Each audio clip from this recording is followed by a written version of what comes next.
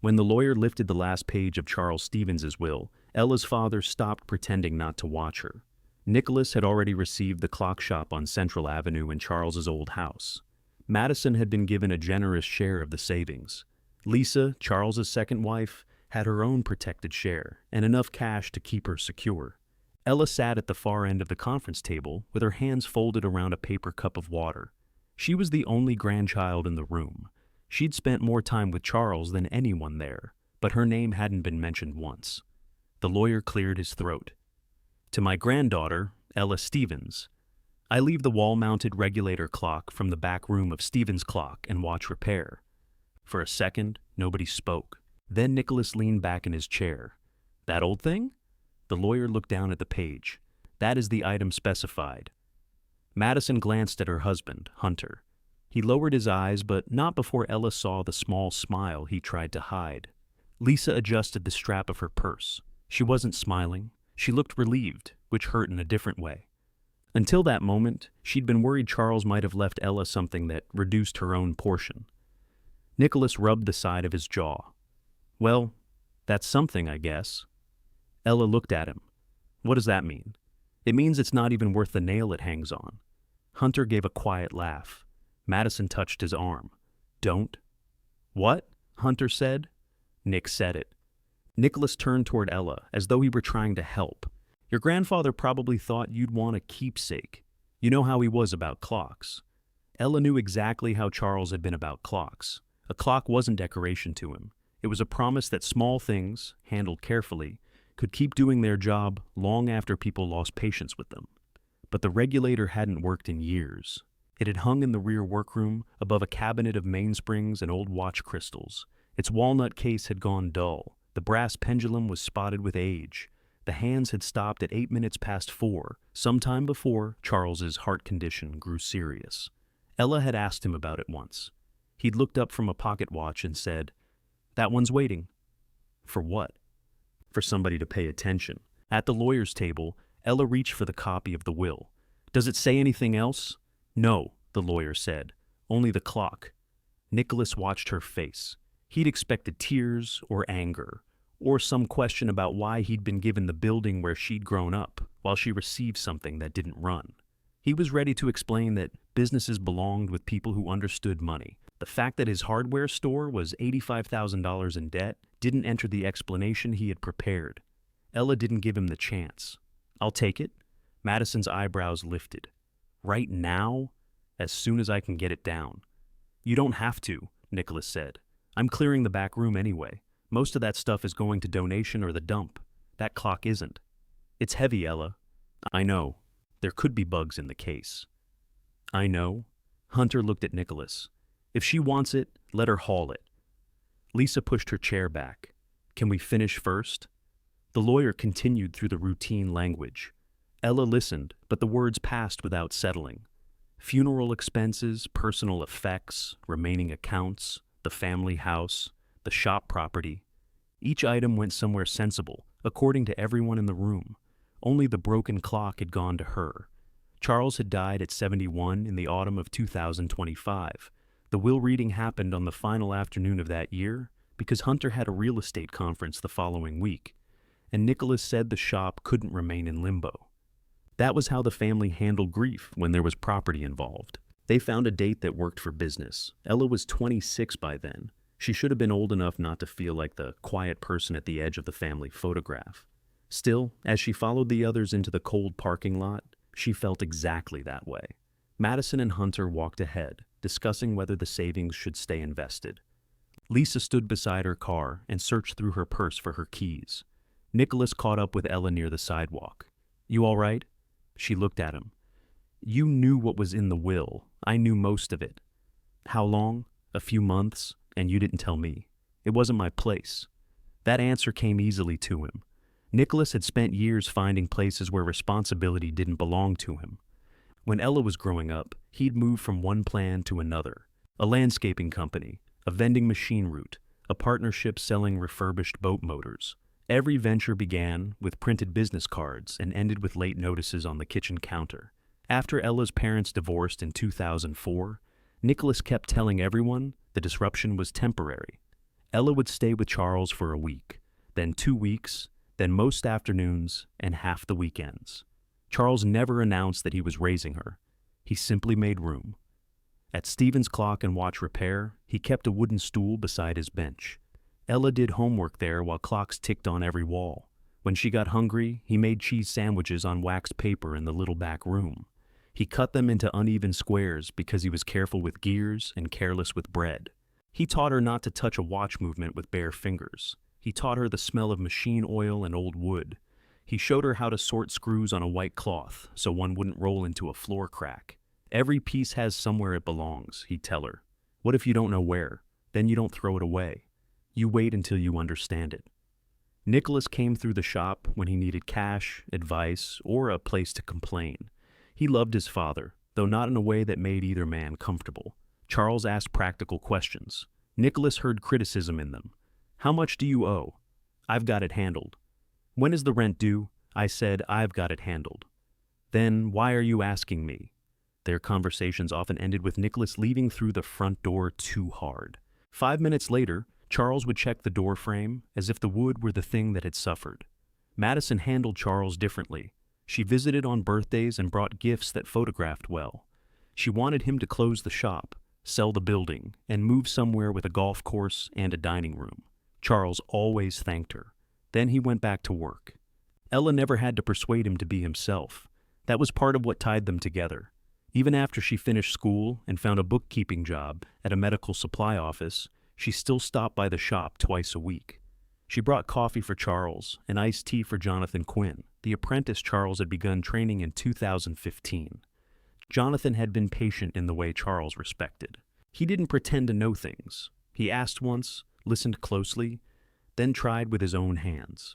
By the time Charles's health began to fail, Jonathan owned a small repair shop of his own. He still came by Central Avenue whenever Charles called about a movement too heavy to lift or a customer too stubborn to satisfy. Charles trusted him around the bench. That meant more than most people understood. In 2024, a doctor told Charles his heart was weakening. He gave the family the news over meatloaf at Lisa's dining table. Madison asked about specialists. Nicholas asked whether Charles had updated the business insurance. Lisa sat very still. Ella watched her grandfather cut one green bean into 3 pieces. What did the doctor actually say? She asked. Charles looked at her. He said, I need to stop behaving like I'm made of spare parts.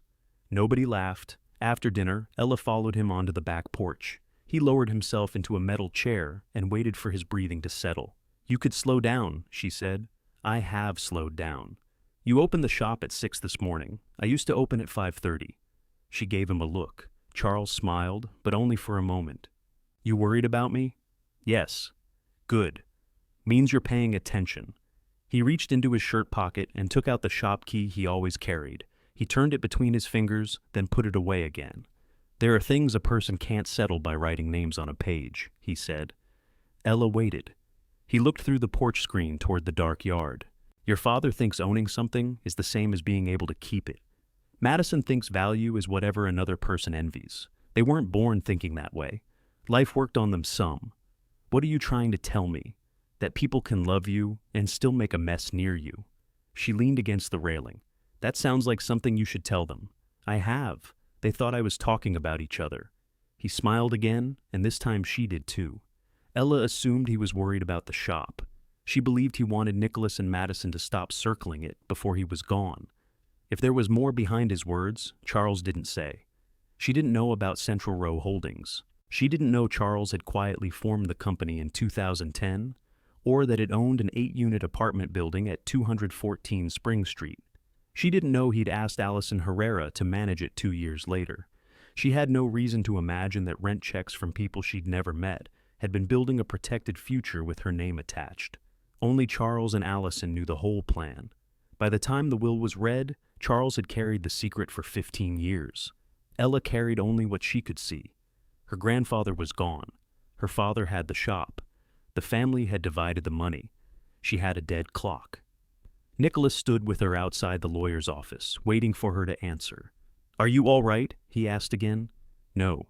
His face tightened. Ella, Dad made the decisions. I didn't. He was my grandfather. I'm aware. I was there every week. You think I wasn't? She could have answered that. She remembered the empty chair at Christmas dinner and the excuses that arrived by text. She remembered Charles driving to Nicholas's hardware store with checks he claimed were loans. She remembered Nicholas missing 2 cardiology appointments because something came up. But Nicholas already looked cornered. When he felt cornered, he fought the nearest person. Ella stepped around him. I'm getting the clock tonight. The shop's mine now. So, unlock it. He stared at her. Then he pulled the keys from his pocket. Central Avenue had nearly emptied by the time they arrived. The winter light had gone flat over the storefronts. Stephen's clock and watch repair looked smaller without the open sign glowing in the window. Nicholas unlocked the front door. The familiar bells gave a weak jingle above them. Inside, the air smelled like dust, brass polish, and the peppermint candies Charles kept beside the register. Ella reached automatically toward the glass jar before remembering it was empty. Nicholas turned on the lights. Several clocks began chiming the hour at slightly different times. One struck first. Another joined halfway through. A small carriage clock added a thin metallic note from the display case. For most of Ella's life, that uneven chorus had meant Charles was nearby. Now, it only filled the room. Nicholas walked behind the counter and began opening drawers. What are you doing? Ella asked, looking for the back room key. It hangs under the shelf. I know where it hangs. He searched 2 more drawers before checking under the shelf. Ella said nothing. The rear workroom was colder than the front. Charles's bench stood beneath a long, fluorescent light. His magnifying visor remained on the hook where he'd left it. A chipped mug held 3 screwdrivers and a pair of tweezers. The regulator clock hung on the wall above the parts cabinet. Nicholas looked up at it. You still want this? Yes. Jonathan told Dad the movement was seized. Fixing it could cost more than buying a working one. I don't want a working one. That doesn't make sense. I want this one working. Nicholas dragged over a step stool. Ella put a hand on it. Let me? You'll drop it. I used to wind it. That was years ago. So was the last time you did. He looked at her, then stepped aside. Ella climbed carefully. Up close, the clock was in worse shape than she remembered. Dust filled the carved edge above the dial. The glass over the lower case had a pale scratch. One side of the wooden case had pulled slightly from the wall. She opened the lower door and removed the pendulum first. Charles had taught her that. Never move a clock with its pendulum attached. She passed it down to Nicholas. He held it awkwardly by the brass bob. Not there, she said. Hold the rod. He changed his grip. Ella lifted the clock enough to clear the wall bracket. It was heavier than she expected. Nicholas took the lower half while she stepped down. For one brief moment, they carried it together. Then he shifted too quickly and something clicked behind the dial. Ella stopped.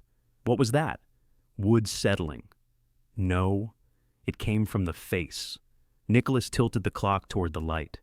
The painted dial seemed straight from where he stood. I don't see anything. Ella did. Along the right edge, the metal plate sat a little farther forward than the left. She pressed it lightly with one finger. It moved. Nicholas was already turning toward the front room. Let's get it into your car before it gets any colder. Ella wrapped the clock in 2 furniture blankets Charles kept in the storage closet. Nicholas carried it outside with her and helped lower it across the back seat of her small sedan. When they finished, he rested one hand on the open door. If you decide you don't want it, call me before you throw it out. I'm not throwing it out. I'm just saying. Why would you want it if it's worthless? Nicholas looked back toward the dark shop. It was Dad's. The answer might have meant more if he hadn't waited until it belonged to her. Ella closed the door. Her apartment was 10 minutes away, in a brick building near Whittington Avenue. She rented the upstairs unit over a retired nurse named June Carter, who watched television loud enough for the dialogue to travel through the floor. Ella left the clock wrapped until June helped her guide it inside. June stood back and examined the case. That's a serious clock. It used to be. What happened to it? It stopped. June nodded as if this were a condition she understood. Most things can be persuaded. They leaned the clock upright against Ella's living room wall. She thanked June and waited until the downstairs door closed. The apartment felt crowded with it there. Ella moved a floor lamp, then a chair, trying to make space. The clock had been built for a high wall and a room larger than hers. Even silent, it seemed to own the corner. She sat on the rug in front of it. The will reading had begun that afternoon.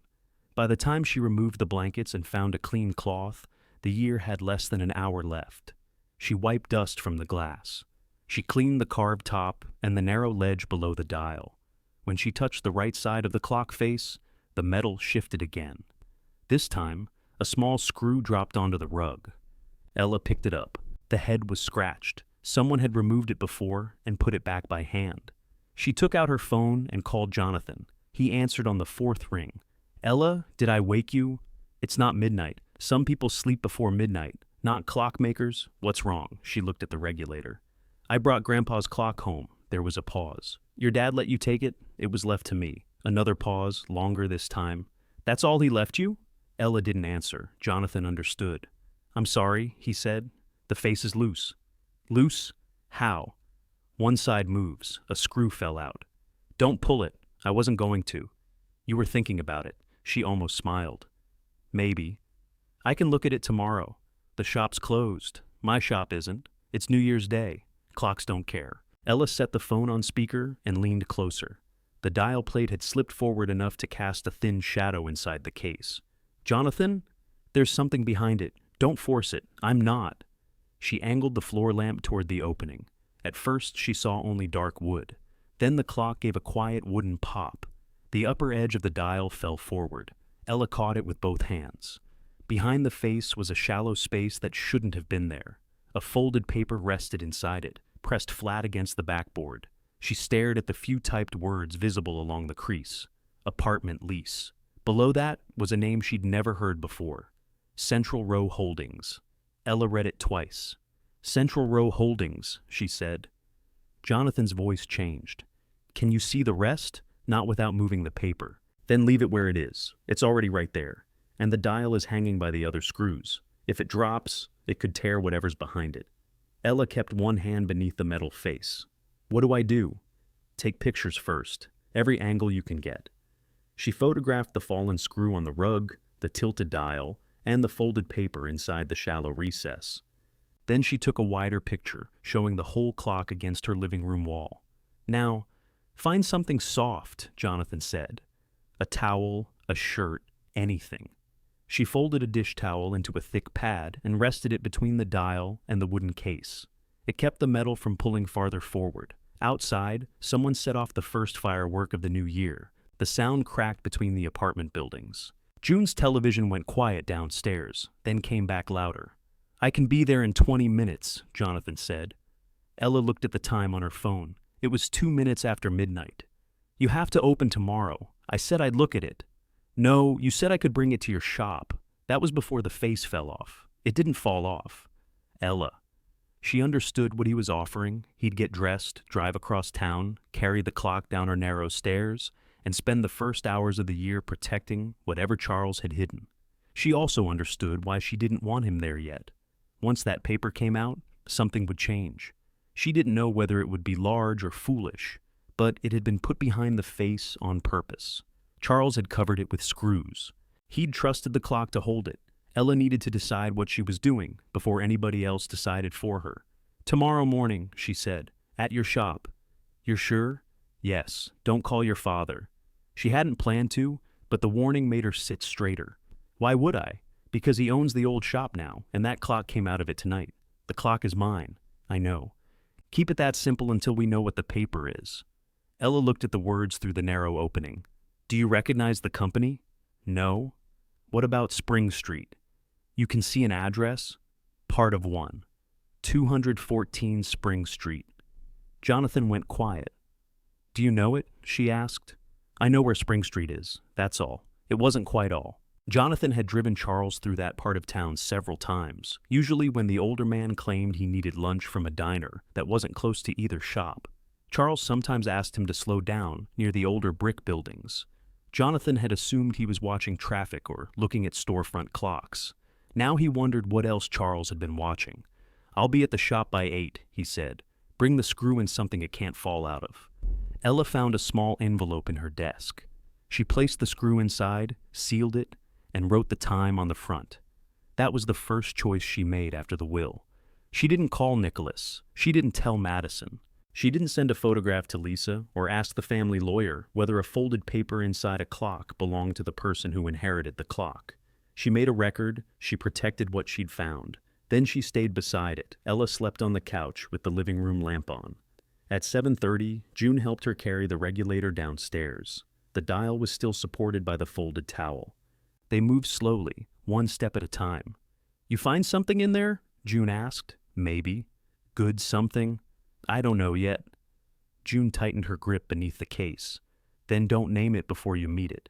Jonathan's shop occupied a narrow storefront near Ouachita Avenue. The sign above the window read, "Quinn Clock Repair," in plain gold letters. He'd painted it himself after rejecting 3 designs that made his name look like a law firm. The front room held customer clocks along 2 walls. Small alarm clocks sat in labeled trays behind the counter. A row of tall cases stood near the window, each with a paper tag hanging from its key. Jonathan unlocked the door before Ella reached it. He wore an old gray sweatshirt and work trousers. His hair was still damp from the shower. A half-eaten biscuit rested on a napkin beside the register. "You came early," he said. "So did you. I own the place. I'm allowed to make bad decisions here."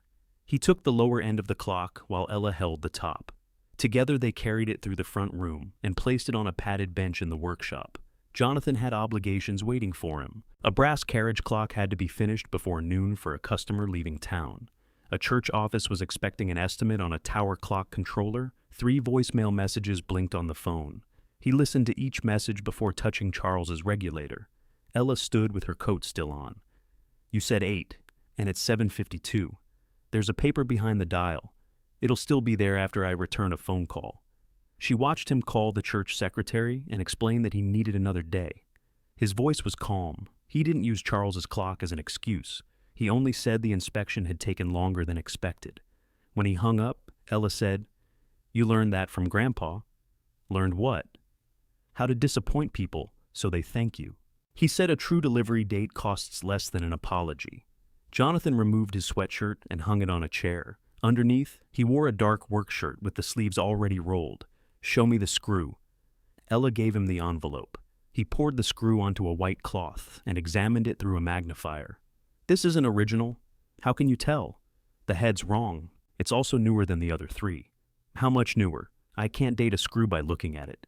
"You said it was newer." "That's different from knowing when somebody put it there." He carried the envelope and cloth to the clock. First, he photographed everything again under brighter light. Then he checked the remaining dial screws without loosening them. The plate didn't warp, he said. It was reset crooked. Could Grandpa have done that by accident? He could have. He didn't. You sound certain. I watched him spend 40 minutes straightening a label inside a case where no customer would ever see it. Ella remembered that. Charles hated crooked labels because they suggested someone had rushed at the easiest part. Jonathan opened the lower door and inspected the stopped movement through the side of the case. He tried no force. He placed one finger against a wheel, tested the resistance, and withdrew it. The movement ceased. Can you fix it? Probably. It needs to come apart first. How long? A proper cleaning, new suspension spring, whatever else I find. Maybe a week. I thought you could just oil it. That's what people say right before they make an expensive problem worse. Ella took off her coat and set it over the chair. What do you need me to do? Nothing yet. You're not doing this while I stand here?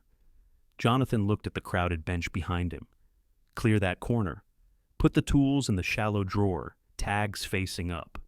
Don't mix the trays. Ella began moving things. The work settled her. Tweezers went beside small pliers. Screwdrivers rested in fitted slots. Customer tags stayed with their cases. Charles had arranged his bench differently, but the logic was the same. Nothing was put down without a reason. Jonathan secured the clock case in a padded support. He removed the hands, starting with the minute hand, then the hour hand.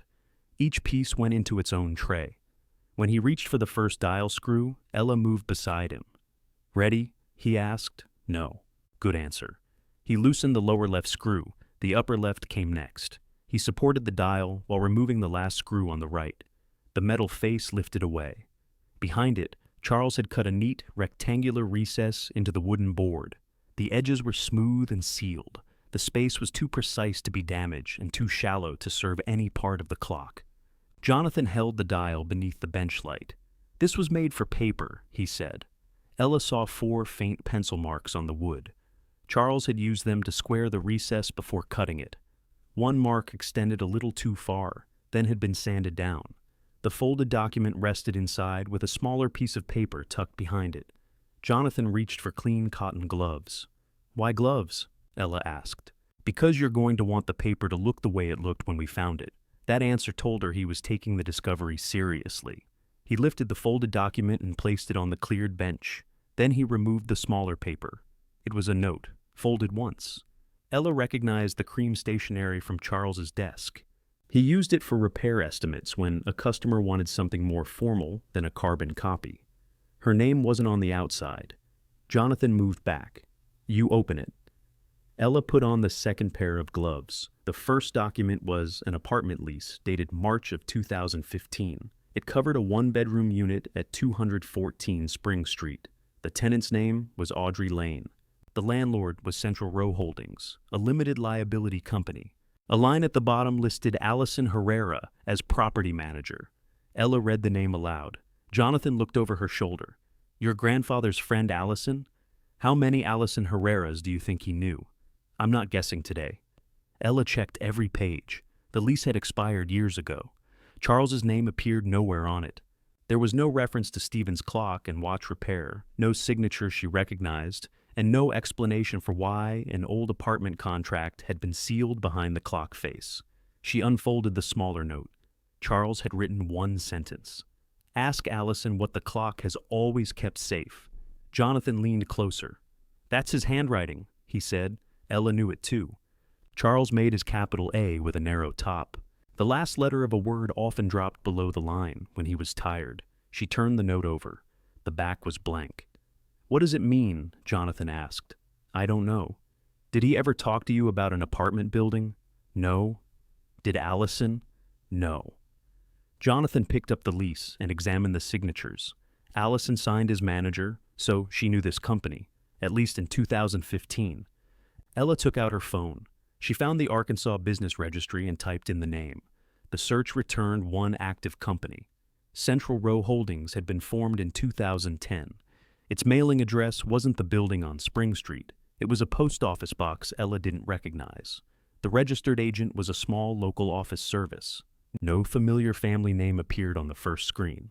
Jonathan rolled his chair toward the computer at the other end of the bench. "Try the county property records." The county assessor's website took several attempts to load. Ella searched the street address. A parcel appeared. The owner was Central Row Holdings. The property description listed an 8-unit residential building and a small manager's office. The transfer date went back to 2010. Ella compared the date to the company record. Same year. "That confirms the company owns the address," Jonathan said. "It doesn't tell us why Charles had the lease. Or why he hid it. No." Jonathan kept his tone careful. He didn't want hope to run ahead of proof. Charles had taught him that too. A clock that ticked on the bench wasn't repaired until it kept time for several days. Ella printed both pages from the computer. She placed them beside the lease, the note, and the envelope holding the screw. "Can we go there?" she asked. "I have a customer coming at noon. It's not 9 yet. I also have work. I'm not asking you to take the day off." Jonathan looked at her. She waited. He covered the exposed clock movement with a clean cloth. 30 minutes, he said. 214 Spring Street stood less than 10 minutes away. It was a 2-story brick building set back from the road behind a strip of winter grass. 4 apartments opened from the lower walkway. 4 more faced the upper balcony, reached by metal stairs on either side. The brick needed cleaning. One gutter sagged near the corner. The white trim had been patched in 2 slightly different shades. Still, the place was cared for. The walkway had been swept. New weather stripping showed around 2 doors. Someone had arranged 3 pots of rosemary near the manager's office. Ella parked across the street. Neither she nor Jonathan got out at first. "This is real," she said. "The building is." A delivery driver carried 2 grocery bags up the left staircase. A woman came out of a lower apartment with a laundry basket and nodded to him. Nothing about the place looked hidden. People lived there. They opened doors, accepted groceries, and set damp towels over balcony rails. Ella had passed Spring Street hundreds of times. She might have passed this building with Charles in the car. She couldn't remember. Jonathan pointed toward a small sign beside the office door. Central Row Apartments. Below it, in smaller letters, was a telephone number for the manager. Ella called it. They watched the office window while the phone rang. Nobody answered. A recorded voice began. "You've reached Allison Herrera at Central Row. Please leave your name, number, and the unit you're calling about." Ella ended the call before the beep. Jonathan looked at her. Small enough confirmation? It was. The lease wasn't a random scrap. The company existed. It owned the building. Allison had managed it when the lease was signed, and she still managed it now. Ella opened the car door. "What are you doing? I want to look at the sign. You can see it from here. I want to see it up close." They crossed the street. Near the office door, a locked display case held emergency numbers and printed notices. One announced a plumbing inspection. Another reminded tenants that rent was due on the first business day of the month. At the bottom was a typed message. All management questions should be directed to Allison Herrera. Ella touched the edge of Charles's note through the envelope in her coat pocket. She remembered the casserole dish sitting on her kitchen counter. Allison had brought food to Lisa's house after the funeral. When Ella tried to return the empty dish, Allison had told her there was no hurry. "Bring it when things settle," she'd said. At the time, Ella believed she meant the funeral. Now she wasn't sure. Jonathan checked the time. "I need to get back." Ella nodded. "I'm going to Allison's. With the lease?" "With the lease and the note. Make copies first." They returned to his shop. Jonathan scanned every page and saved the photographs in 2 separate folders. Ella put the originals into a flat document sleeve. Before leaving, she stood beside the regulator clock. Its dial rested face up on a padded tray. Without it, the clock looked open and unfinished. "Can you still repair it?" she asked. "The hiding place doesn't affect the movement." "That's not what I meant." Jonathan understood. "Yes, I can still repair it." Ella went home for the casserole dish. Allison lived in a small yellow house near the edge of town. A metal heron stood in the flower bed beside her porch. Ella had seen it at every visit since she was young, though she'd never understood why anyone wanted a bird made from garden tools. She carried the dish in one hand and the document sleeve beneath her coat. Allison opened the door before Ella knocked twice. Her eyes went first to the casserole dish. Then they moved to Ella's coat, where the square corner of the sleeve showed near the buttons. Allison stopped breathing for just a moment. Ella saw it. "I found something in Grandpa's clock," she said. Allison kept one hand on the door. "What did you find?" "An old lease." The color changed in Allison's face. Ella took out Charles's note and held it where she could see the handwriting. "He told me to ask you what the clock has always kept safe." Allison looked past Ella toward the street. Then she opened the door wider. "Bring everything inside," she said. Allison closed it behind her and turned the deadbolt. The house smelled of coffee and furniture polish. A basket of clean towels sat on the sofa, half folded. Allison moved it to a chair and pointed Ella toward the dining table. "Put the dish in the kitchen." Ella set it beside the sink. When she returned, Allison had taken a pair of reading glasses from a drawer. "Let me see the lease first." Ella placed the document sleeve on the table. Allison slid the lease out carefully. She read the first page, checked the signatures, then turned to the final page. Her own name appeared above the date. "You signed it," Ella said. "I signed hundreds of these." "For Grandpa?" Allison removed her glasses. Charles owned the building. The answer was direct. Ella still needed a moment to accept it. All of it, the building and the land beneath it. He bought it through Central Row Holdings in 2010. Why didn't anybody know? "I knew. That isn't what I meant. I know what you meant." Allison returned the lease to the sleeve. She seemed to be arranging her thoughts with the same care. "Your grandfather didn't want the property connected to the shop or the family house. Central Row had its own accounts, its own tax returns, and its own insurance. I handled the tenants. Charles handled the larger expenses. Where did he get the money to buy an apartment building? From years of fixing clocks while everyone told him the shop wasn't making enough." Ella sat across from her. Charles had never lived like a man saving toward a second property. He drove the same truck until the driver's seat split. He repaired the house furnace with used parts. When Madison tried to buy him a new television, he asked whether hers had stopped working. "How much did it cost?" Ella asked. "He never told me the exact amount." What's it worth? I don't know today's value. Did Lisa know? No. Nicholas? No. Madison? No. Ella looked at the folded note. And you kept it secret.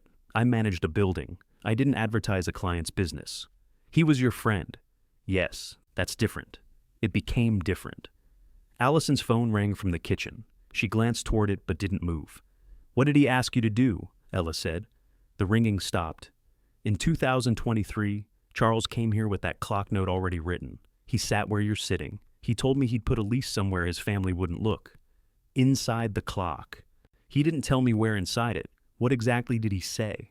Allison's eyes moved to the note. He said, if someone comes to you because the clock sent them, help that person finish what I started. Ella felt the room become too quiet.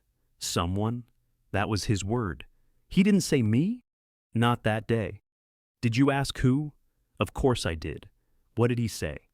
He said I'd know when the person arrived. Ella pushed her chair back a few inches. That sounds like him making you responsible for a guessing game.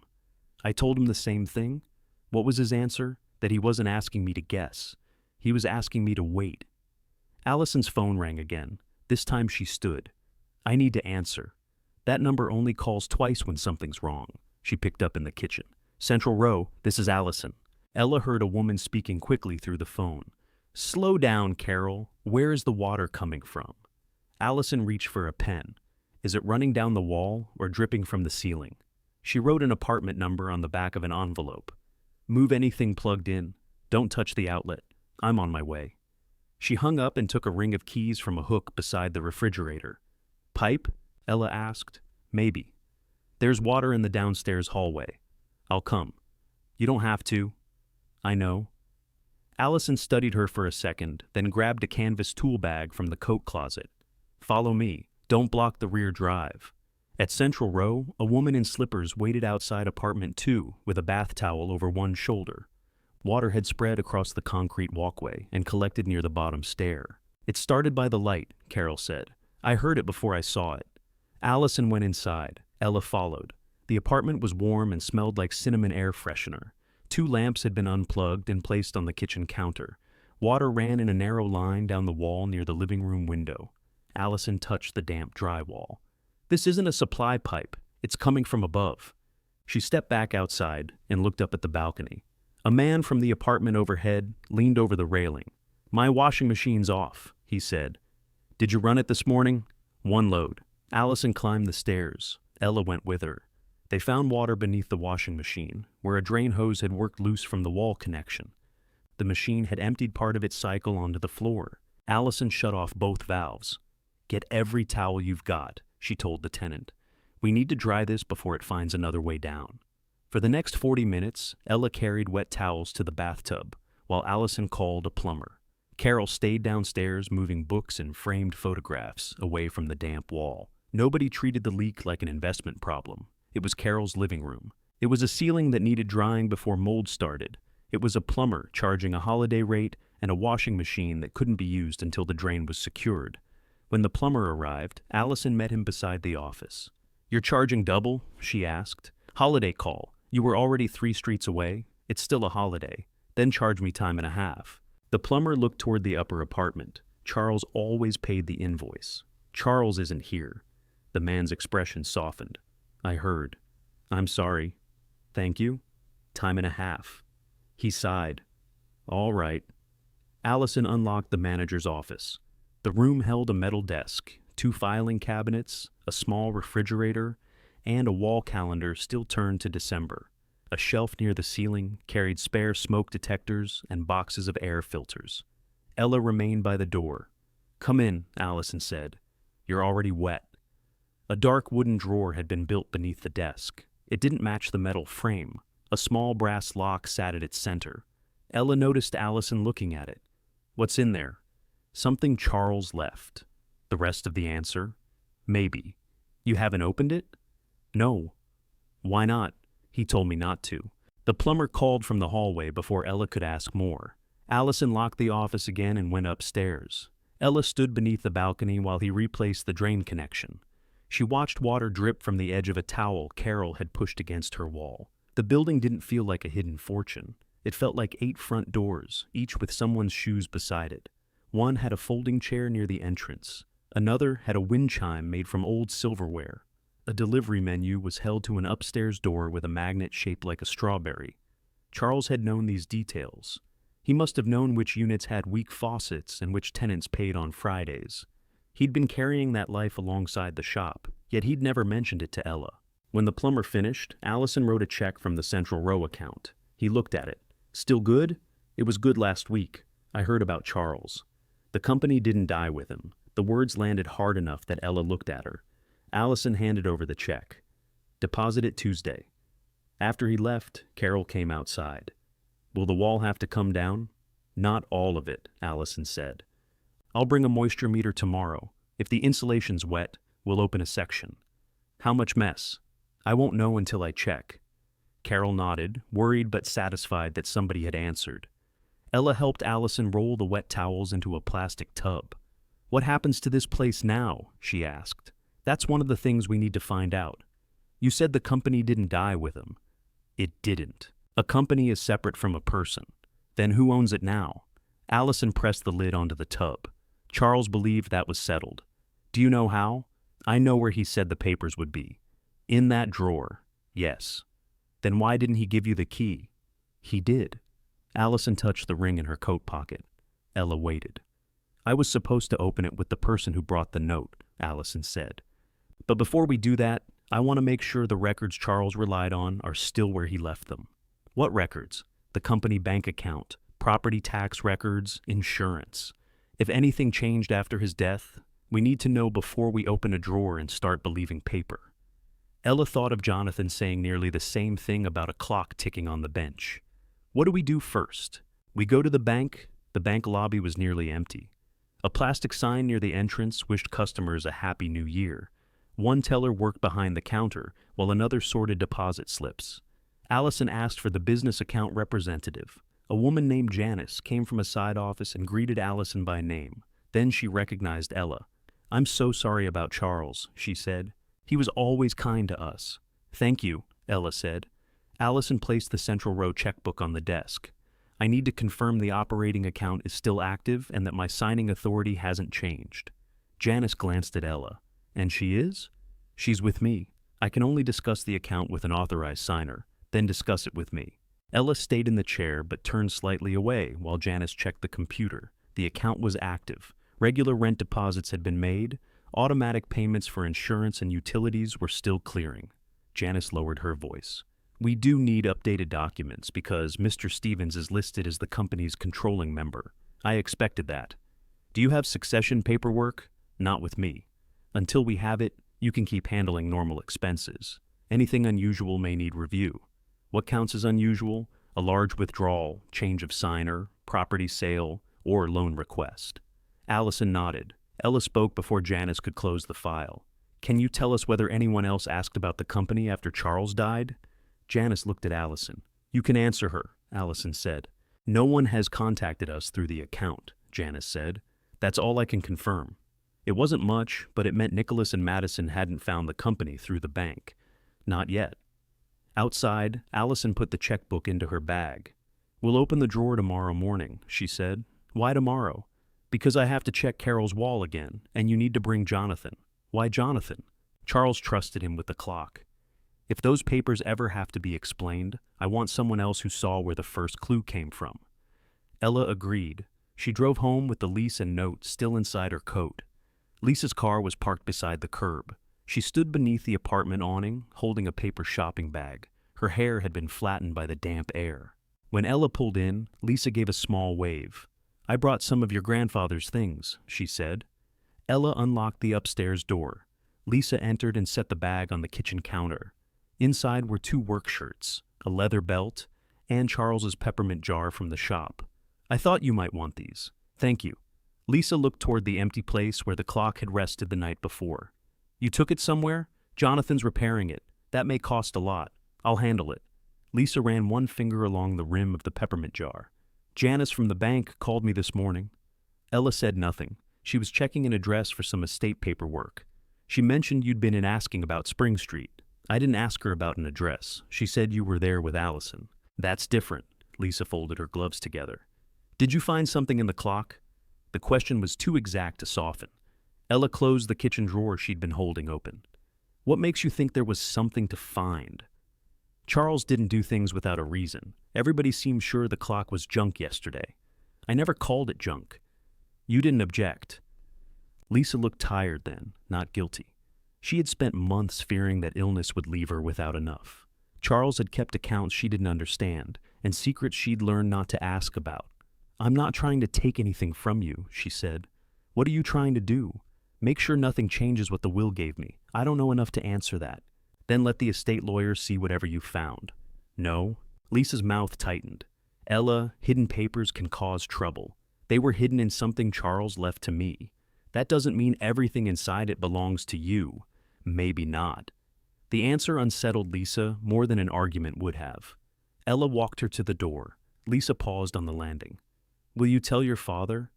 When I know what there is to tell. Lisa nodded, but she didn't promise the same. From her car, she called Nicholas. Ella found papers in the clock, she said. Nicholas stopped stacking clearance boxes in the hardware store aisle. What kind of papers? Something connected to property on Spring Street. For the first time since the will reading, the broken clock sounded valuable to him. He left the boxes in the aisle and walked into the stockroom. Where on Spring Street? He asked. I don't know, Lisa said. You said property. That's what it sounded like. What did Ella tell you? Almost nothing. She said she doesn't know whether it affects the estate. Nicholas lowered his voice, though the store was nearly empty. Did you see the papers? No. Then why did you call me? Because you're her father. Lisa regretted the answer as soon as she heard his silence. Nicholas didn't. I'll take care of it, he said. That isn't what I asked. What did you ask? Lisa looked through her windshield at Ella's upstairs window. I asked you not to make this worse. Nicholas ended the call without promising anything. He tried Ella twice that evening. The first call went unanswered. The second came while she was heating soup. She watched his name on the screen until the phone stopped. A minute later, he sent a message. Heard you found something of Dad's. Call me. No need to involve strangers until we understand it. Ella read the message, then placed the phone face down. Jonathan wasn't a stranger. Allison wasn't either. Nicholas had known both of them for years. He meant anyone who might understand the papers before he did. The next morning, Ella reached Jonathan's shop while he was fitting the clean carriage clock movement back into its brass case. You're late, he said. It's 7:40. I've been here since 6. That sounds like your problem. It usually is. He tested the winding key, then checked the small clock against a digital timer. On the other bench, Charles's regulator lay open beneath a protective cloth. Ella removed her coat. Did you work on it? I removed the movement last night.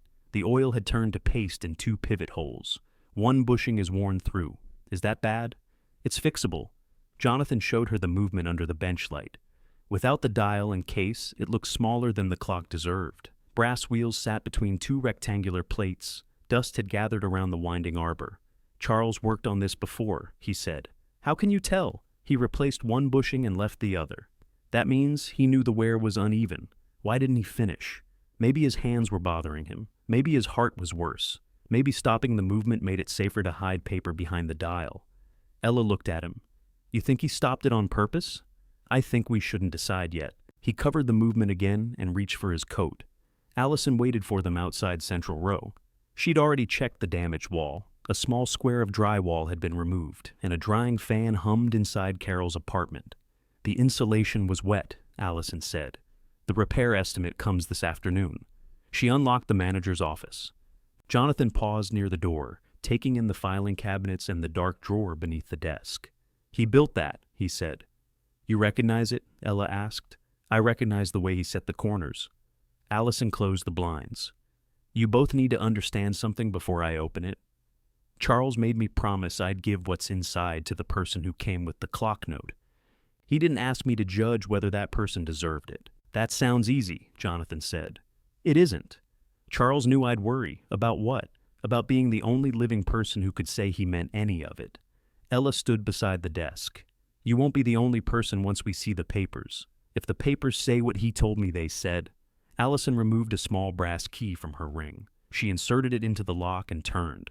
The drawer opened 2 inches, then caught. Jonathan crouched. Wood swelled. "Can you get it open?" Allison asked. "Probably. Don't pull." He took a thin, flat tool from his bag and worked it along the upper edge. The drawer shifted a fraction. He moved the tool to the other side and lifted gently. The wood released with a dry scrape. Inside sat a gray metal document box. Allison lifted it onto the desk. The box wasn't locked. A strip of masking tape had been placed across the lid. Charles had written 3 words on it, "For the clock keeper." Ella touched the handwriting, but didn't break the tape. "Did he bring this here in 2023? She asked. "Yes. Late September." "Was he alone?" "Yes." "What did he tell you was inside?" "Proof that Central Row would go where he intended." "Did he say where that was?" Allison looked at her. "He said it wouldn't go to Nicholas or Madison." The room held the sound of the drying fan through the wall. Ella peeled back the tape. Several folders filled the box. Each one had a typed label. The first read, "Recorded Deed." The second read, "Central Row Holdings Operating Agreement." A third read, "Charles Stevens, Central Row Trust." Beneath them lay a sealed envelope with Ella's full name written across the front. Her fingers stopped there. Jonathan moved closer to the desk, but didn't touch anything. "Start with the deed," he said. Ella opened the first folder. The paper was a certified copy from county records. It showed Central Row Holdings as the owner of the land and 8-unit apartment building at 214 Spring Street. A recording stamp marked the transfer in 2010. Allison pointed to the legal description. "That matches the tax notices." Ella turned through the following pages. There was a title policy, a survey, and an old inspection report. Charles's personal name appeared only where he'd signed for the company. The operating agreement was longer. Ella tried to read the first page and lost track halfway through the second paragraph. "What does this part mean?" she asked. Allison adjusted her glasses. "I'm not a lawyer." Jonathan leaned over without pretending to understand. "Find the names," he said. They worked through the document until Ella reached an amendment dated in 2023. Charles's name appeared near the top. Below it was hers. "Ella Stevens, sole successor member." She read the line again. "What is a successor member?" "Keep going," Allison said. The next paragraph said that upon Charles's death, his entire membership interest in Central Row Holdings would be held and transferred according to the separate Central Row Trust.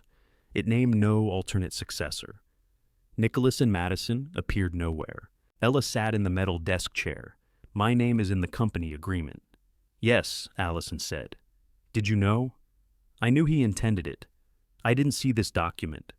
Jonathan checked the signature page. Charles had signed before a notary. 2 witnesses had signed below him. A law office stamp showed the date. Ella opened the trust folder. The first page carried the same date as the company amendment. It identified Charles as the person creating the trust and named the trust as the holder of his entire ownership interest in Central Row Holdings. Ella's name appeared as successor trustee and sole beneficiary after his death. "Beneficiary?" she said. "That means the income?" "It can mean more than that," Allison said. "We need a lawyer." The next page was written in simpler language. The building wasn't part of Charles's general estate. The company interest had been placed in the trust while he was alive. When he died, control was to pass to Ella, subject to confirmation that she accepted the responsibility. Ella turned to Allison. "Accepted what responsibility?" "The property, the company, whatever the trust requires." "Did Grandpa think I'd know how to run an apartment building?" "He thought you'd learn before pretending you did." That sounded enough like Charles that Ella looked down. The trust included instructions to keep a reasonable repair reserve, maintain proper insurance, and honor existing leases. It allowed Ella to sell, refinance, or keep the property once she became successor trustee. It didn't force her to remain a landlord. A bank statement in the folder showed a reserve account. The balance was enough to cover the damaged wall and far more, but it wasn't a fortune someone could simply withdraw. It belonged to the company and paid the building's expenses. Ella returned to the page with her name. Yesterday morning, she'd thought the clock might contain a forgotten lease. By afternoon, she knew Charles had owned a building nobody in the family had heard about. Now, the papers said he had separated that building from everything discussed at the will reading. He hadn't forgotten Ella. He'd placed her outside the argument before anyone knew there would be one. She didn't yet understand why. The sealed envelope remained at the bottom of the box. Ella lifted it. The back had been closed with ordinary glue and one strip of clear tape. Charles had written a smaller instruction beneath her name. Read after the records are verified. Jonathan read it over her shoulder. He expected a challenge, Ella said. Or he expected you to be careful. Allison opened the final folder. It contained recent tax receipts, insurance policies, company filings, and a list of professionals Charles trusted. One name was circled. Kelsey Phillips, estate and property attorney. A telephone number was written beside it. Ella knew the name.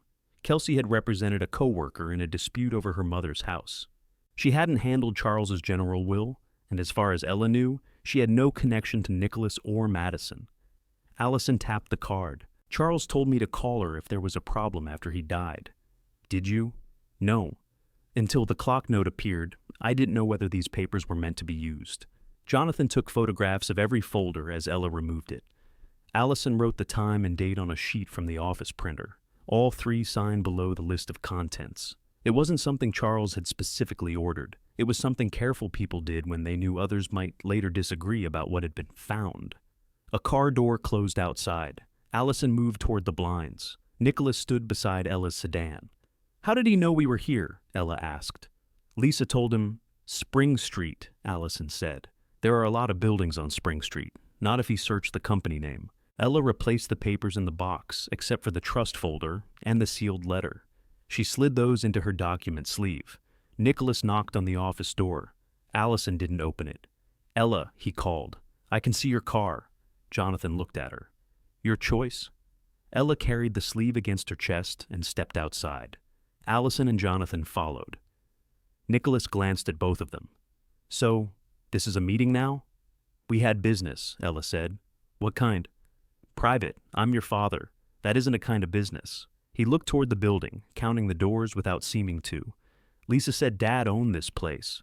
Why don't you ask Lisa what I told her? She's worried about her inheritance. We all have questions. You didn't ask questions when I got the clock. Nicholas lowered his voice.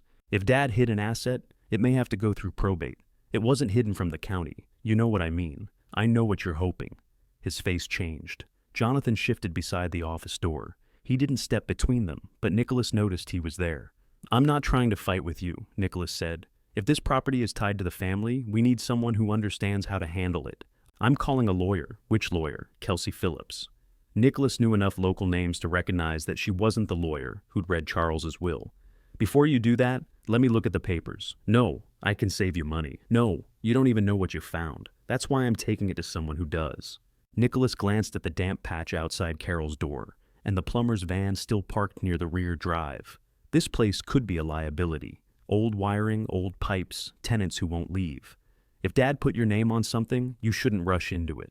A day earlier, he'd been worried the papers belonged to the estate. Now he was warning her the building might be worthless. What do you want? Ella asked. I want to help. How? Let me handle the property. If there's a legal way to sell it, I know people. You own a hardware store. I know real estate people. Hunter. And others. Nicholas took a breath and softened his voice. If this really came to you, I could manage a sale.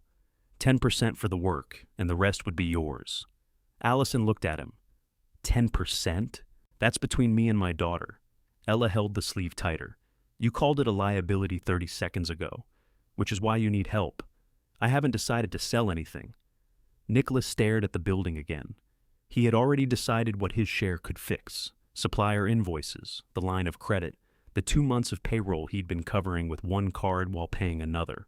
Ella saw only the speed of his interest. I'll call you after I speak to Kelsey, she said. You'll call me before you sign anything. That isn't your decision. Nicholas stepped back as though she'd pushed him. He left without saying goodbye. Kelsey agreed to meet that afternoon. Her office was above a pharmacy near the courthouse. She read the operating agreement once, then read the trust twice.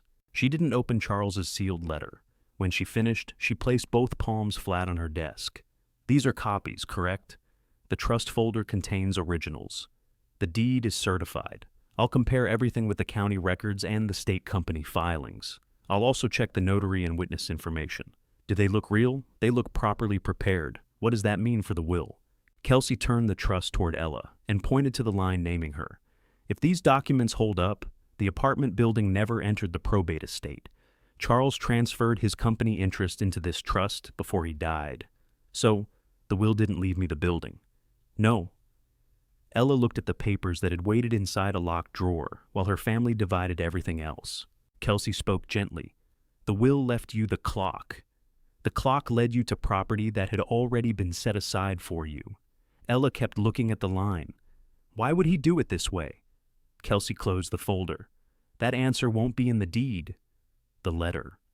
Maybe. But Charles asked you to wait until the records were verified. How long will that take? A few days if the county files are complete. Longer if I have to chase old signatures. Ella nodded. Kelsey made copies and placed the originals in a fireproof cabinet. She gave Ella a receipt listing every document. Don't give anyone access to the originals, she said. Don't agree to a sale, management arrangement, loan, or inspection. My father offered to sell it for me. How generous was his fee? 10%.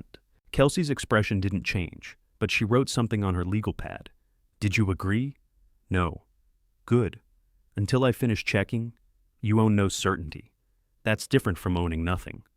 Ella left with the sealed letter still unread.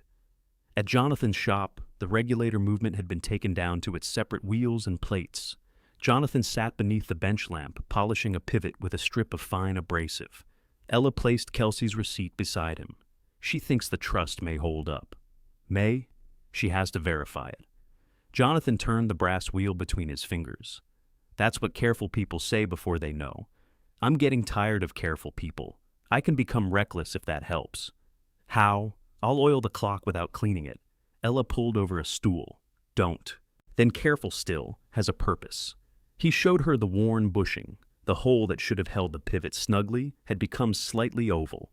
This is why the hand stopped, he said. The wheel leaned just enough to bind. Can I help?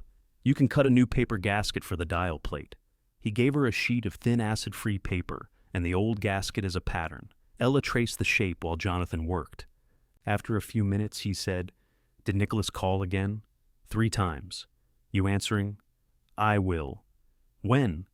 When I can listen without agreeing, just to make him stop. Jonathan nodded. Charles had once said Ella's greatest strength and worst habit were the same thing. She could tolerate discomfort longer than most people. That made her steady at a workbench. It made her stay too long in conversations where someone else kept moving the line. Her phone rang before she finished the gasket. Nicholas. Ella set down the pencil and answered. What? I need you to come by the store. Why? I want to show you something. If it's about Central Row, talk to Kelsey. It's about me. That stopped her. Nicholas's hardware store stood in a shopping center west of downtown. 2 letters in the illuminated sign had gone dark. A row of outdoor grills sat near the entrance under plastic covers, faded by the sun. Inside, Nicholas waited behind the service counter. The store was open, but no customers were in the aisles. One employee stocked paint rollers near the back. Nicholas led Ella into the small office. Receipts covered one corner of the desk. A paper calendar still showed the previous month. He closed the door. I don't want you hearing this from somebody else. Hearing what? He took a folder from the desk drawer. The first page was a statement from a commercial lender. The balance due was $85,000. Ella checked the name twice. This is yours? The store's. You signed for it. I had to. When? Some of it goes back to when I took over in 2019. Some is newer. Nicholas sat down. The previous owner made the numbers look better than they were. Then supplier costs went up. Every time I got close, something else hit. Does Grandpa's shop owe any of this? No. His house? No. Then why are you showing me? Because I'm trying to be honest. Ella waited. Nicholas tapped the statement. If Central Row is worth what I think, a sale could clear this and still leave plenty. For me. For all of us. There it is. I'm not asking for half.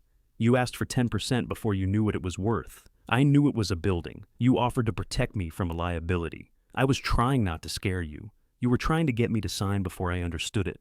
Nicholas pressed both hands to the desk. He had spent years calling each debt temporary. The next good season would fix it. A contractor account would pay. The bank would extend the line. Charles would see the store was worth saving. Charles had helped more than once. Then, after learning the full balance, he stopped. He knew about this, Nicholas said. Grandpa? Yes. What did he say? He said he wasn't paying it. Ella looked again at the balance. When was that? About 2 years ago. The same year Charles amended the company agreement and created the trust. What did you tell him? That I wasn't asking for a gift. I wanted a loan. And? He said every loan became permission to make the same mistake again. Nicholas's face tightened as he repeated it. He could have fixed this without noticing the money was gone. Maybe he wanted you to notice. Don't talk to me like him. I'm not. Yes, you are. He got up and walked to the office window.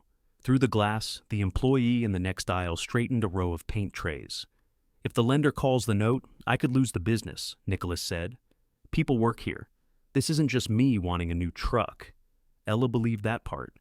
His fear was real. So was the way he had placed the solution on her desk, before asking whether the building was hers. You inherited the clock shop and the house, she said. The clock shop needs work. The house is where Dad lived, so you don't want to sell what he left you. That's different. Yes. Nicholas turned. I'm asking my daughter for help. No.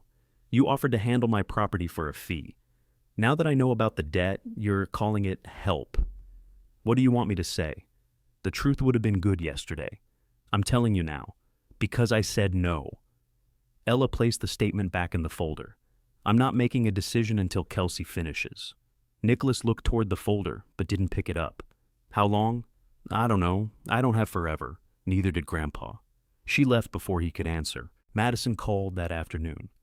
Can you meet me at Dad's house? She asked. Why? Hunter found information about the building. Ella almost refused.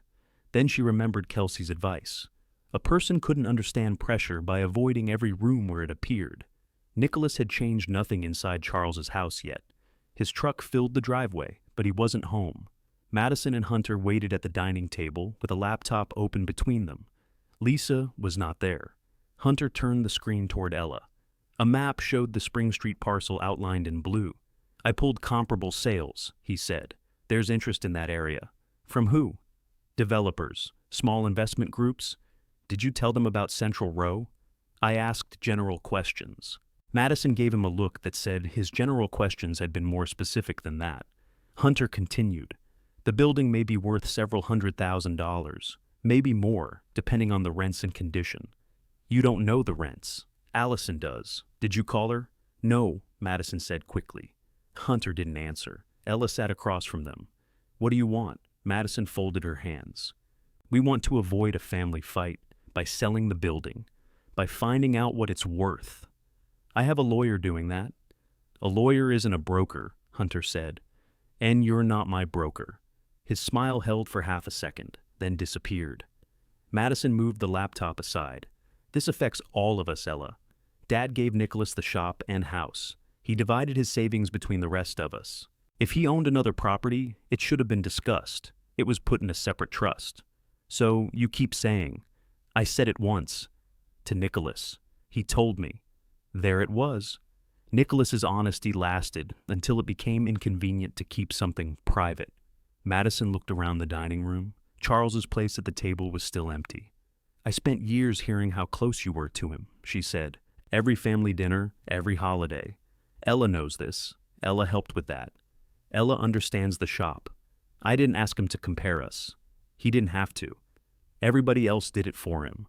Hunter touched her wrist. Madison pulled away. If he left you a building worth that much, what does that say about the rest of us? Ella understood then that money wasn't the whole injury for Madison. A private building made Charles's judgment public in the one language Madison trusted. Ownership, value, something other people could measure. You think selling it changes what he said? Ella asked. It turns it into something fair. How? We divide the proceeds, among people already named in the will, among his family. Hunter reopened the laptop. I can approach buyers quietly. If you sign an exclusive agreement, I'll reduce my commission. To what? 4%.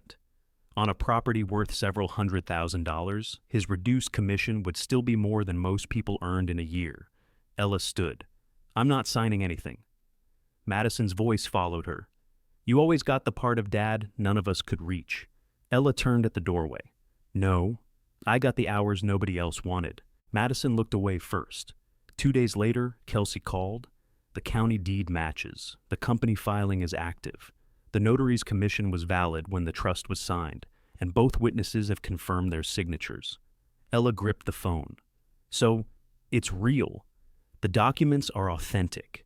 We still need to complete your acceptance as successor trustee, but yes, the structure is real.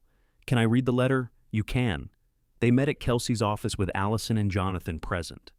Kelsey brought the original envelope from the cabinet and laid it before Ella. Ella opened it along the edge. Charles's letter covered 4 handwritten pages. The first explained that he had bought Central Row with profits saved from the shop. He'd kept it separate because he wanted one part of his work protected from family pressure. Then he named the pressure. Nicholas had come to him repeatedly for money. Charles wrote that the hardware store debt was $85,000 the last time he saw the statements. He believed Nicholas would mortgage, pledge, or sell anything available before accepting that the business had to change. Madison wanted assets she could display, trade, or use to improve her position. Charles didn't blame her for wanting comfort. He blamed himself for taking too long to see that she measured love by what it could be made to prove. Lisa had her own inheritance. Charles wrote plainly that Central Row had never been part of it, and Ella taking the company would remove nothing from Lisa's hands. The final page was about Ella. Charles had watched her grow up around people who treated her steadiness as something they could borrow. He didn't want her future used to rescue every person who arrived with a family claim. He hadn't hidden Central Row because he was ashamed of it. He had hidden it until the transfer was safe. Ella read the final paragraph twice. The building was hers to keep or sell.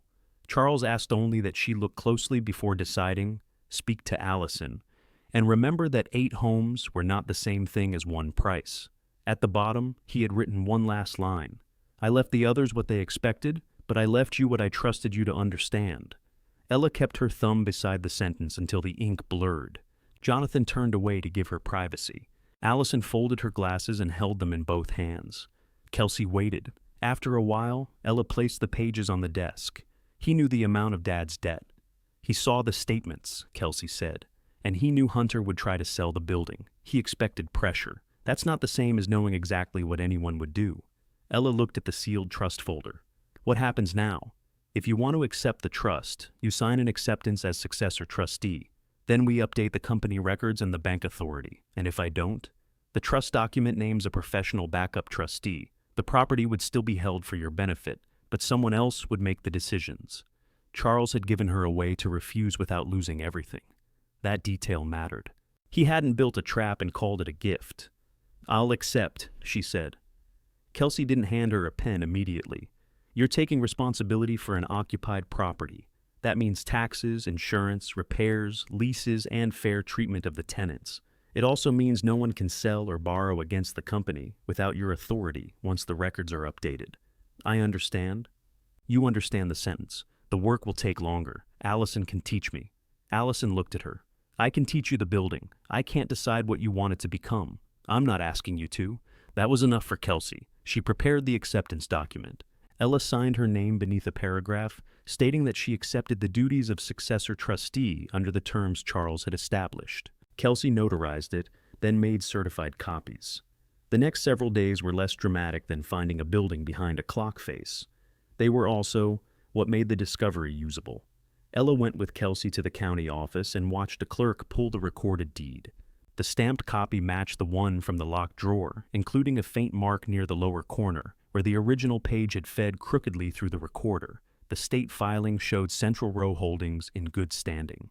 Kelsey submitted the change, naming Ella as the company's authorized manager through the trust. The insurance company added her contact information without changing the policy. At the bank, Janice compared Ella's identification with the trust documents and the notarized acceptance. Lisa's name wasn't mentioned. Nicholas's name wasn't mentioned. Madison's name wasn't mentioned.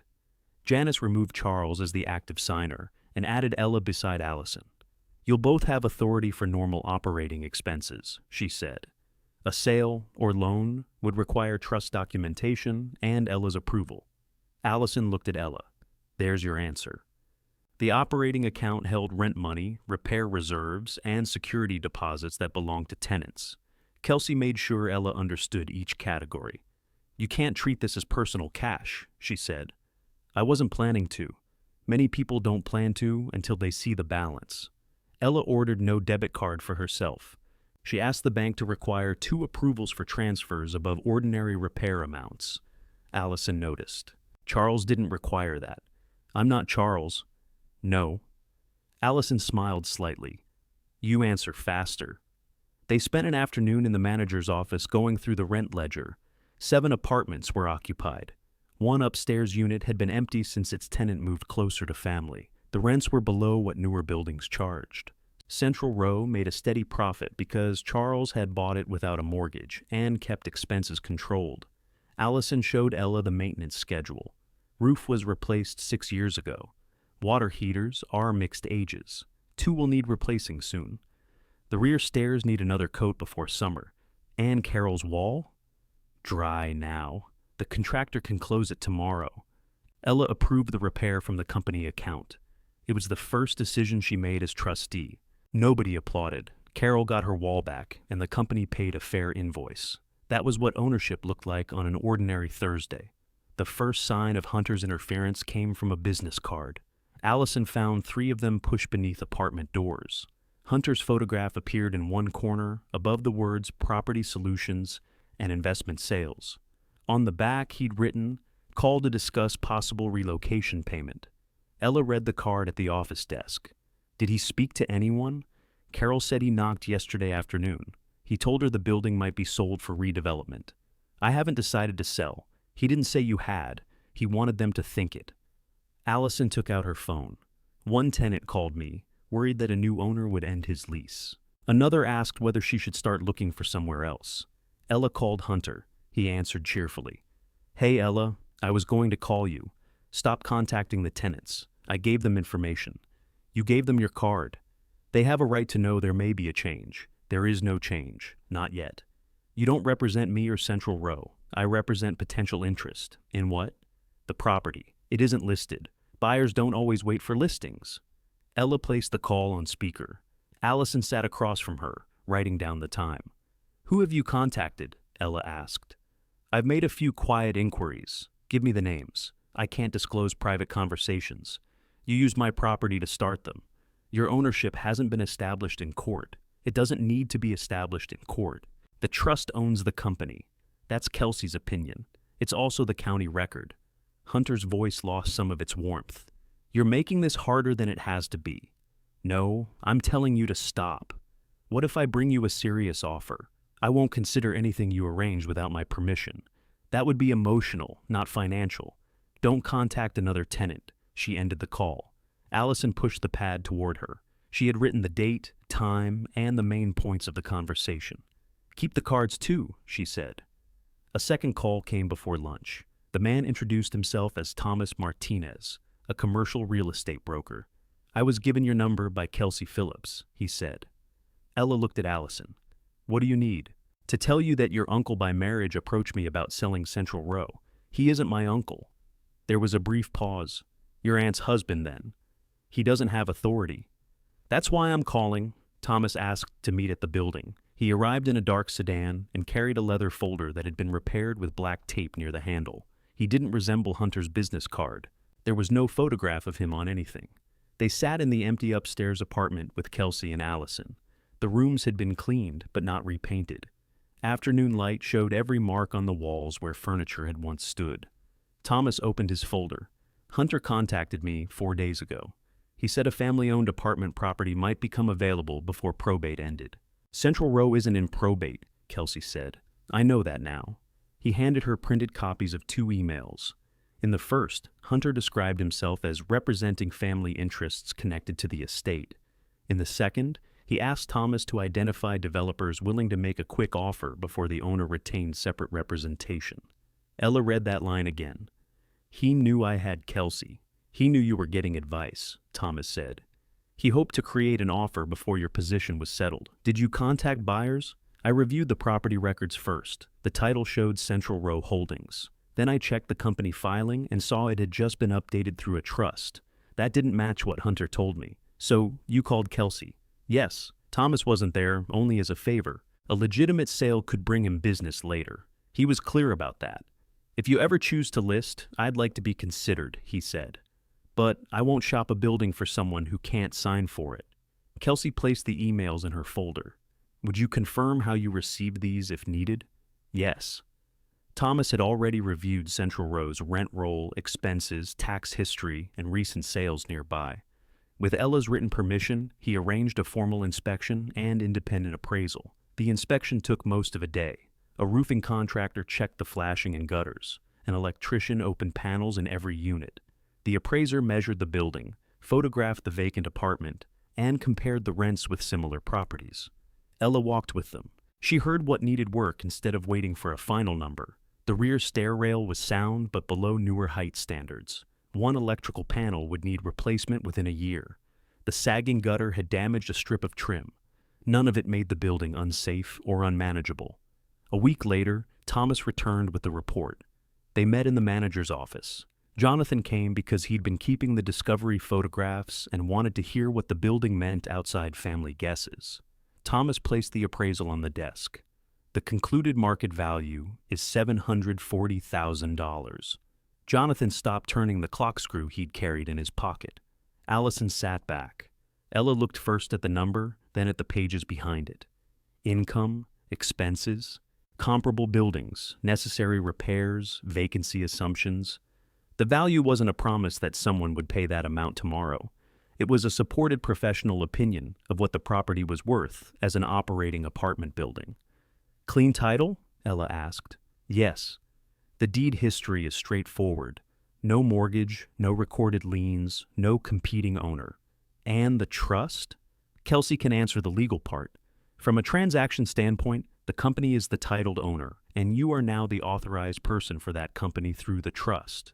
Kelsey added the certified deed, company record, bank authorization, appraisal, Hunter's emails, and Allison's written account of the tenant contacts to one indexed file. Jonathan contributed the original photographs of the clock before the dial was removed. He wrote a short statement describing the mismatched screw, the recessed panel, and the condition of the lease and note when they came out. "The clock itself matters," Kelsey said. "I still have every removed part," Jonathan told her. "Nothing's been altered except the movement repair. Keep the dial off for now." Ella looked at him. "Can it run without the dial?" "On a test stand. It won't look like a clock, but it can keep time." At his shop, Jonathan had already replaced the worn bushing and cleaned every pivot. The movement ran beneath a glass cover while he measured its gain and loss each day. Ella visited that evening. The gears moved with a soft, regular sound. The clock's hands weren't attached, and its face still rested on the padded tray.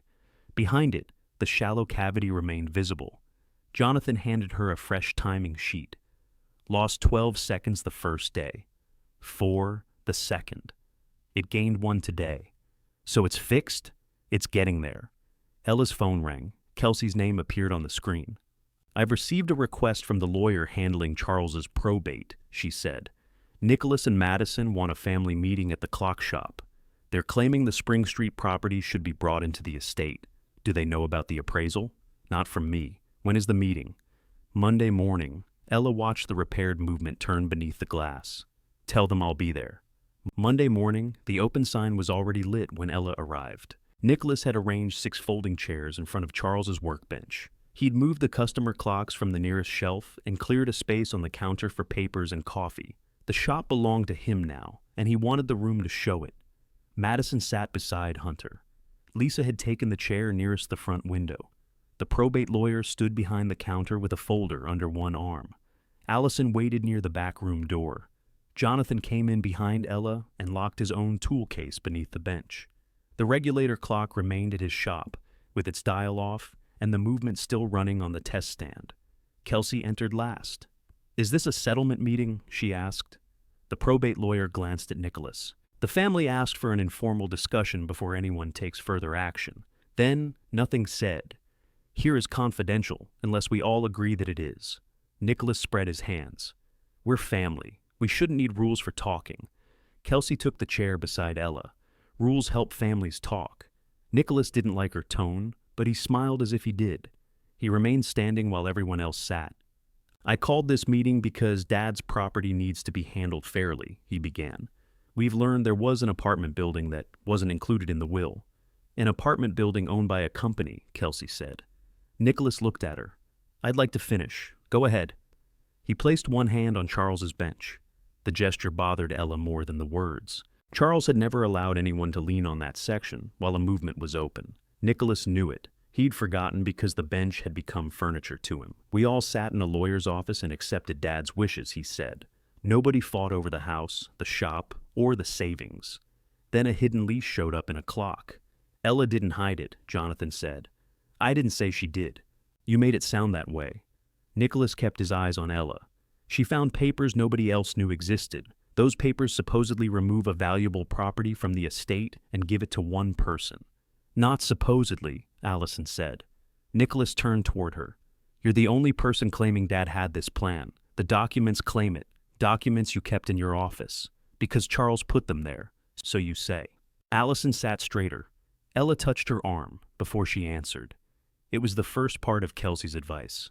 Let them state the argument they were willing to defend. The probate lawyer placed a hand on Nicholas's papers. We should keep this orderly. I am being orderly, Nicholas said. Hunter opened his laptop. We've prepared a practical option. Ella looked at him but said nothing. Hunter turned the screen so everyone could see a photograph of Central Row. The property can be sold. The proceeds can be held until ownership is resolved. That prevents further expense and protects the value. Protects it from what? Allison asked. Deferred maintenance, tenant problems, market changes. The building has operated for years, with Charles funding it. The building funds itself. Hunter clicked to another page. It showed a list of repairs, including the rear stair rail, the gutter, and the electrical panel. Ella recognized the details from the recent inspection. How did you get that? She asked. Hunter paused. Nicholas answered for him. Old buildings have common problems. That isn't a list of common problems. Those are the exact items in the inspection. Hunter closed the laptop halfway. I spoke to people familiar with the property. Who? This isn't an interrogation, Kelsey made a note. Ella let the question sit unanswered. Madison leaned forward. We're not trying to steal anything from you. What are you trying to do? Put the building where it would have been if Dad had been honest. Lisa turned from the window. Madison? What? He hid it from all of us. He was allowed to own property privately, Allison said. Not if he wasn't thinking clearly. The room changed with that sentence. Ella kept her hands in her lap. Kelsey looked at Madison. Are you alleging Charles lacked legal capacity when he signed the trust? I'm saying his health was failing. In 2023, he had problems before the diagnosis. What problems? He forgot things. What things? Madison looked at Nicholas. Nicholas took over. Appointments, names, work orders. Jonathan shook his head. No. You weren't with him all the time. Neither were you. I'm his son, and I work beside him. Nicholas stepped away from the bench. You worked for him. Then I opened my own shop. He still called me when he needed another pair of hands. That doesn't make you family. No, Jonathan said. It made me present. Madison looked down. Nicholas's face reddened. Ella could have shown them the timing. Charles had signed the trust in 2023. His heart condition wasn't diagnosed until the following year. The witnesses had confirmed their signatures. The notary had been valid. The company amendment matched the trust. She said none of it. Keep going, she told Nicholas. He stared at her. What? You asked us here? Say what you believe happened. Nicholas glanced at the probate lawyer, who gave him no rescue. I believe Dad wasn't of sound mind when those papers were signed. All of them, the trust and whatever transferred the building, the company agreement, yes. You believe Allison caused him to sign them? I believe she had access and influence. Allison's lips parted. Ella held her arm again. And me? Ella asked. What did I do? Nicholas hesitated. You spent more time with him than anyone. That's not an answer. You knew how he felt about the rest of us. Did I influence him? I don't know what you said to him. Then say that. Nicholas looked around the room. Everyone was waiting. I think Ella benefited from an arrangement made when Dad was vulnerable, he said. The probate lawyer lowered his eyes. That was the sentence Nicholas had come to deliver. He'd practiced gentler versions in the truck. He'd planned to talk about confusion, unfairness, and family unity. Under direct questions, the softer words had fallen away. Ella nodded once. Thank you. Nicholas seemed unsettled by her calm. You're acting like this is personal. You accused me of using Grandpa's illness to take a building. I said you benefited from something I didn't know existed. That's your claim. Jonathan moved in his chair, but Ella spoke before he could. Do you believe I knew about Central Row before the clock face fell loose? Nicholas looked at Allison. Yes or no? Ella asked. I don't know. Do you have evidence that I knew? No. Do you have evidence Allison influenced the trust? She managed the property. That isn't evidence. Nicholas picked up his coffee, then realized the cup was empty. Hunter reopened the laptop. This is getting emotional. The point is that a sale gives everyone room to resolve the dispute. Have you found a buyer? Kelsey asked. I've identified interest. Through Thomas Martinez? Hunter's hand stopped on the keyboard. Nicholas looked at him. You said you had other people, Madison said quietly. I made several contacts. Did Thomas give you the inspection report? Ella asked. Hunter closed the laptop again. I'm not discussing client communications. Thomas isn't your client, Kelsey said. Hunter stood. I don't have to sit here and be accused of doing my job. You weren't hired, Ella said. Madison reached for his hand. He didn't take it. Nicholas pulled a document from his folder. We're wasting time. He placed it on the counter. The heading read, Objection to exclusion of estate asset and petition for probate review. Ella read only the first paragraph from where she sat. It claimed Central Row Holdings had been concealed from the general estate. It questioned Charles's capacity and asked the court to stop any sale, transfer, or change in control until ownership was decided. You already had it prepared, Lisa said. We needed to be ready. You told me this was a conversation. It is. You brought something for us to sign. Nicholas turned the pages toward her. This protects all our interests. Lisa didn't reach for it. My savings were already distributed, partly. The estate is still open. Does Ella taking Central Row reduce my share? Nicholas looked toward the probate lawyer. The lawyer answered carefully. If the trust is valid, Central Row was never part of the probate estate. It would not change the portion you received. And if it isn't valid, the building could be added to the estate and distributed according to the remaining terms of the will. Lisa looked at Ella. So, she isn't taking something that was given to me. No, Kelsey said. She is not. Nicholas interrupted. That isn't the point. It's my point. Madison picked up the petition. Lisa, if we don't challenge now, we may lose the right. How long do we have? The objection must be filed within 90 days of the will reading, the probate lawyer said. There were still weeks left, but Nicholas behaved as if the courthouse would close at noon. He placed a pen beside Lisa. You don't have to accuse anybody. Just join the request for review. The document already named Nicholas and Madison as objectors. A separate line allowed Lisa to join as an interested beneficiary. Lisa read the capacity claim. I didn't see Charles sign these papers. Neither did we, Madison said. That's why we need a judge to look at it. Allison spoke for the first time since Ella had stopped her. I saw him put the document box in my office. He knew exactly what he was doing. Nicholas pointed at her. And you stand to keep your job if Ella gets the building. Allison's face went still. There was the second complete commitment. Nicholas wasn't only questioning Charles. He was saying everyone who confirmed Charles's plan had been bought by it. Ella let the silence stay. Then she asked, Are you filing this, whether Lisa signs or not? Yes. Are you asking the court to find Grandpa lacked capacity in 2023? Yes. Are you claiming the building belonged in the probate estate? Yes. And you're authorizing every statement in that petition? Nicholas pulled the pen toward him. Yes. He signed. Madison signed beneath him. Hunter stood behind her chair, watching the ink dry. Lisa held the pen but didn't use it. I want my own lawyer to read this, she said. Nicholas exhaled sharply. Fine. She placed the pen down. The probate lawyer gathered the petition. Once this is filed, the court will set a hearing. Informal discussion won't be enough after that. That's what we want, Nicholas said. Ella looked at Madison. Is it? Madison glanced at Hunter, then at Nicholas's signature. Yes. Kelsey closed her legal pad. We'll respond after filing. Nicholas frowned. That's all you have to say? For now. He had expected Kelsey to argue. He'd expected Ella to show the papers, reveal a weakness, or offer a share to stop the petition. They gave him nothing. The meeting ended when the first customer tried the front door and found it locked. Nicholas went to open it. As Ella put on her coat, she noticed Charles's old magnifying visor still hanging above the bench. Nicholas had cleared shelves, moved chairs, and claimed the room for his accusation. He hadn't noticed the one tool that would have helped him see more closely. Outside, Kelsey stopped beside Ella's car. "I'll get the filed copy this afternoon." "Then what?" "We prepare for the hearing." Everything they just chose to challenge.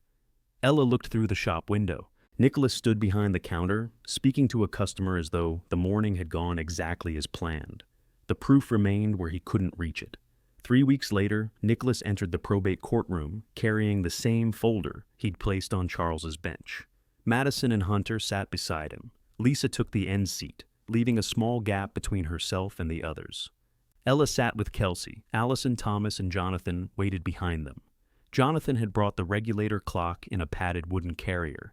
Its repaired movement was secured inside the case, but the dial remained off. The judge reviewed the objection first. Nicholas Stevens and Madison Stevens Roberts contend that Central Row holdings should be included in Charles Stevens's probate estate, she said. They also question his capacity when the separate trust documents were executed. Is that correct? Nicholas stood. Yes, Your Honor. And you wish to proceed with both claims? Yes. Madison answered more quietly. Yes. The judge looked at Lisa. You haven't signed the objection. I wanted to hear the evidence first. That's your right. Nicholas sat down. His confidence lasted through the first few minutes. The probate lawyer described Charles as an older man with worsening health who had concealed a valuable asset from his family. He argued that the secrecy itself suggested confusion or improper influence. Then Kelsey stood. Charles signed the trust and amended company agreement in 2023, she said. His heart condition was diagnosed the following year. The deed has been recorded since 2010. Nothing about the property's ownership was hidden from the county, the state, the bank, or the tax authorities. She handed certified copies to the court. The notary's commission was valid. Both witnesses have confirmed their signatures.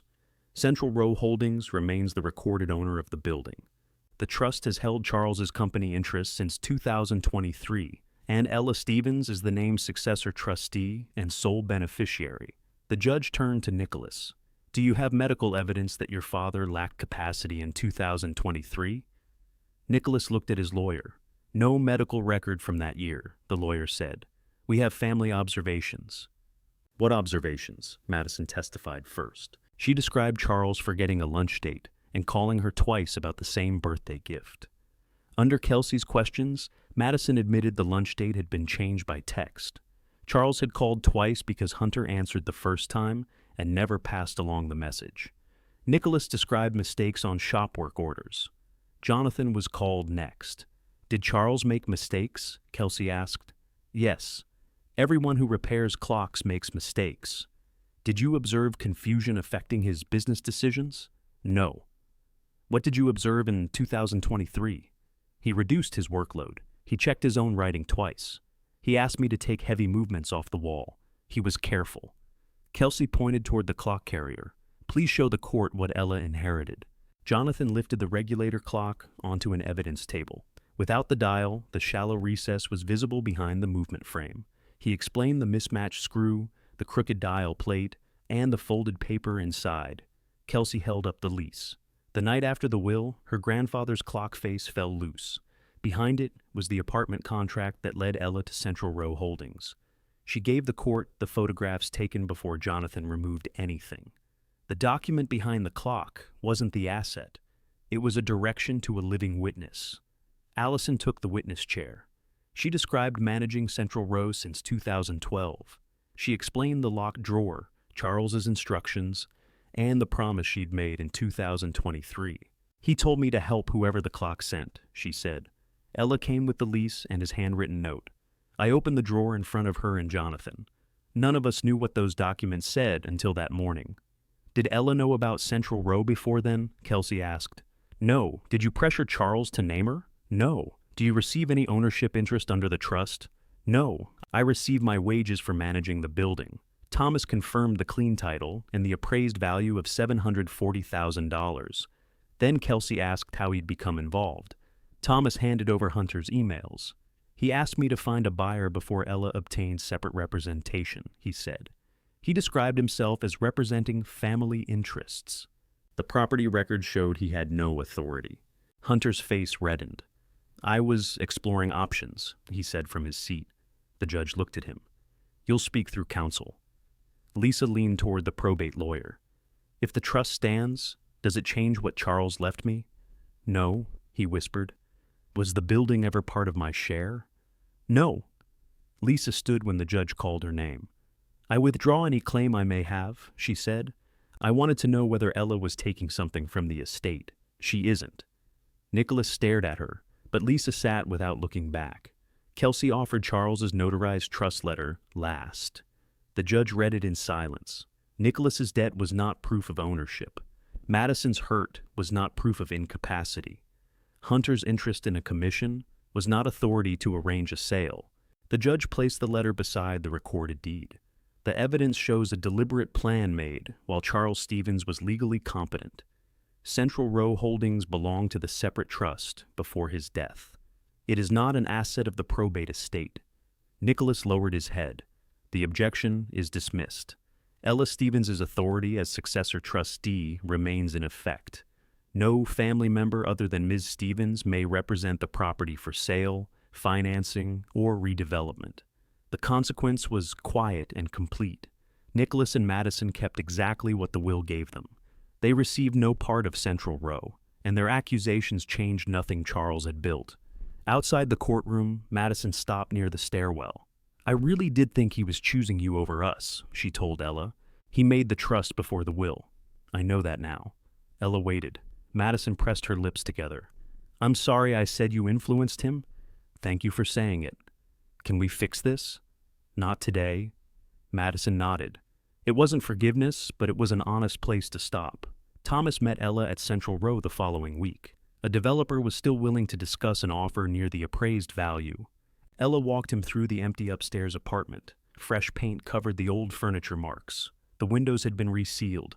In Carol's apartment below, the repaired wall was dry and solid. I'm not listing it, Ella said. Never? Not now. The building works. People need the apartments, and I need time to learn what I'm keeping. Thomas closed his folder. That's a decision, too. Allison remained manager. Ella approved the electrical panel replacement and the rear stair work. She didn't raise the rents to match the newest buildings nearby. She set aside a larger repair reserve and wrote a plain emergency contact sheet that every tenant received. Nicholas took longer to approach her. He came to Central Row one evening after the hardware store closed. I met with the lender, he said. Ella waited beside the office door. They'll restructure part of the debt if I sell excess inventory and close one department. That sounds hard. It is. He looked toward the lobby wall, where Jonathan had marked a place for the regulator clock. I kept expecting Dad to save the store. He knew. I know. Nicholas rubbed his hands together. I can't give you 10% of anything. No? He almost smiled. Then he offered something useful. He didn't know how to run Stevens' clock and watch repair. Jonathan did. Nicholas agreed to lease the Central Avenue shop to Jonathan and Ella at a fair monthly rate. He kept ownership of the building, and the rent helped him meet his revised payments. Jonathan moved his business into the old shop. Ella handled the accounts and worked beside him several afternoons a week. They kept the original name on the window. Charles's bench stayed where it had always been. The regulator clock took another month to finish. Jonathan reset the dial with the correct screws, but left the hidden recess intact. Ella placed copies of the lease and Charles's note inside it. The originals remained protected with Kelsey. They carried the clock into Central Row together. Allison held the ladder. Carol watched from her doorway. Lisa brought the peppermint jar and placed it on the lobby table beneath the clock. Jonathan hung the case on a new steel bracket. Better than the old nail, he said. Ella attached the pendulum and gave it one careful push. The movement caught. The hands passed 8 minutes after 4, the time where they'd been stopped for years, and continued forward. If stories about young people rebuilding a life after family betrayal matter to you, subscribe and return for the next inheritance story. That evening, Ella turned off the manager's office light and stood in the lobby while the clock marked the hour. Its chime was warm and a little lower than she remembered. Outside, Nicholas's truck slowed near the building. He looked through the glass, saw the clock moving, and continued down Spring Street. Ella locked the front entrance, checked the repair notice beside Carol's door, and set the peppermint jar straight beneath the clock. The pendulum crossed the window's reflection back and forth, while 8 front doors closed softly on people coming home.